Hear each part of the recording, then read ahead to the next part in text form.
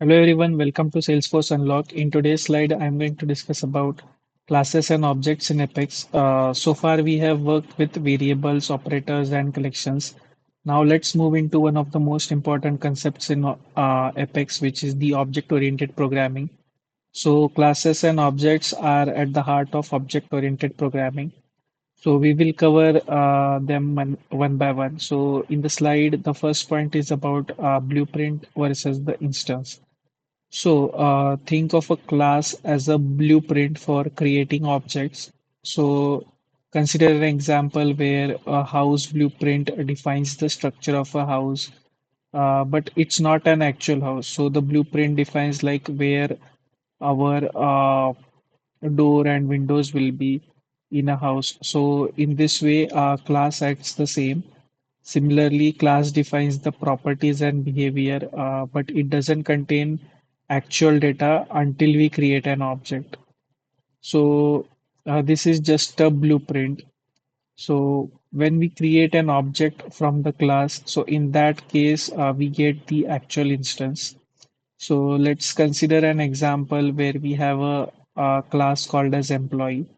So when we create an object for this employee class, then in that case, employee is an object or the instance of the employee class. So in this way, blueprint versus instance means when we consider classes and objects in uh, Apex programming. The next point is about the properties. So properties are the variables defined inside a class. They store information about an object. So let's say we have an employee class where we have two properties of employee, which is employee name and employee age. So we will create those two variables which acts as a properties for this class. So each object can have different values for these properties. The next topic in the slide is about the methods. So method defines the actions that an object can perform. So method actually contains the business logic of the class. So whatever the instance variable or properties which are mentioned in the class, so the method basically acts on that, and it is a core of the business logic in the class. The next point is about the instantiation. So it means creating an object from a class. So let's say we have a class called as employee. So once we create that class, so to access the properties and methods of that class, we need to create an object. So this process is called as instantiation, where we assign values to its properties inside an object. The last point in the slide is about the encapsulation. So encapsulation means bundling the data and methods together inside a class and controlling the access to them. So instead of allowing direct access to data, we can expose the methods that manage that data safely. So this improves the security and maintainability. So this is all about the encapsulation inside a class. So from this slide, we can take the key takeaways is a class is a blueprint. An object is an instance of a class. The properties store the data, methods define the behavior, and instantiation creates objects. Also, encapsulation protects the data and improve maintainability. So this was all about the classes and objects in Apex programming. So to demonstrate the classes and objects, let's create a new Apex class. I will name this class as a employee class and click on save.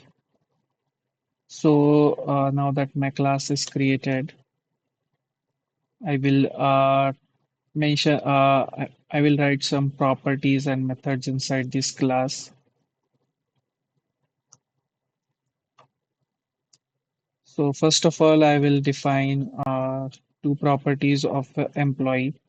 So like I said, a class is a blueprint, and inside this blueprint, we can add the properties, we can we can also define the behavior using the method. So for now, I will go ahead and create two properties like uh, employee name and employee age. Employee name and employee age. Okay, so now that we have two properties, I will define a method to display these properties.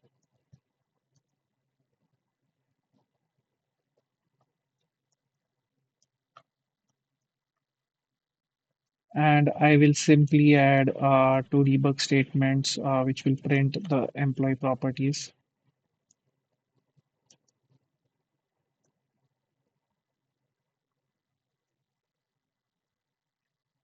We'll copy paste the same debug.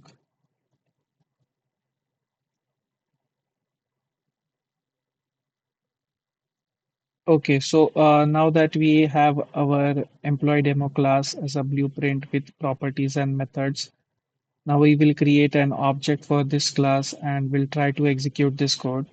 So for that, I will go to my execute anonymous window. And in this window, I will uh, create one employee demo object. So this process is called initialization. So I will be creating an employee object using the new keyword. And I will also add the properties for the employee, which is like EMP name. I will add the employee name as Rahul and emp.emp age as uh, it's also a string 30, and I will display this method using the same object.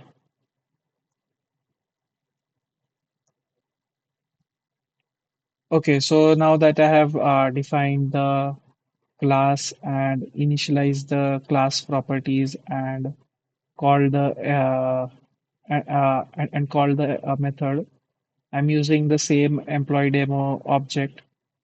So I will go ahead and click on execute. So in the debug log, you can see it accepted the name as Rahul and age.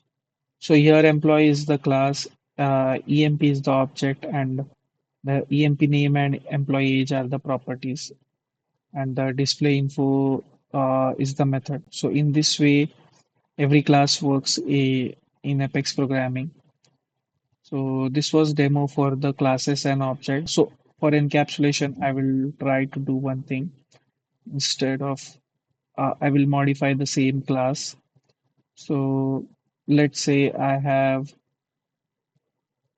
uh, employee name. So I will do one thing. I will use the same property employee name, and I will create one getter setter method like employee void set name in name,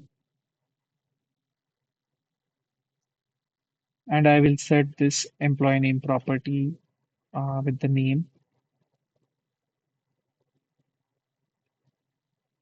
Similarly, I will create one method get name which will return me the employee name.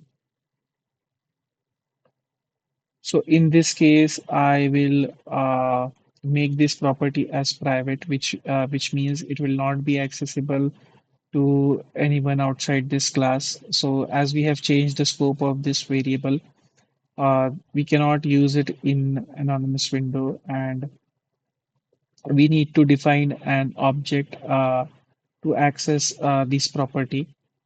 So encapsulation helps in that only. So now the data is controlled through method instead of being accessed directly.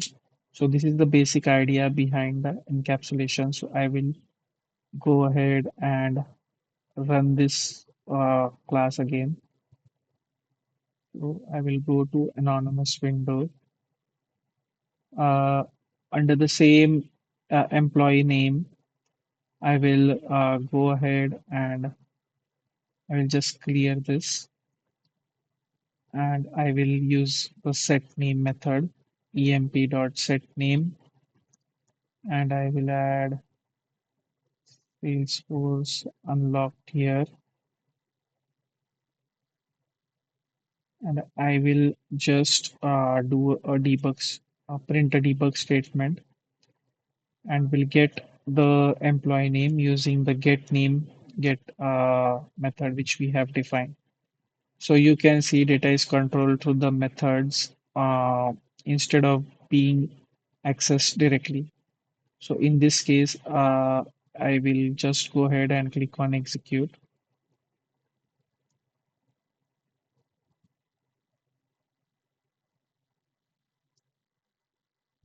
So in the log, you can see we set the object value using the set name method, and we are displaying it using the uh, same get name method. So in this way, the encapsulation works. So this was all about classes, objects, and the properties, methods, and encapsulation. So I hope this helps. Thanks for watching Salesforce Unlocked.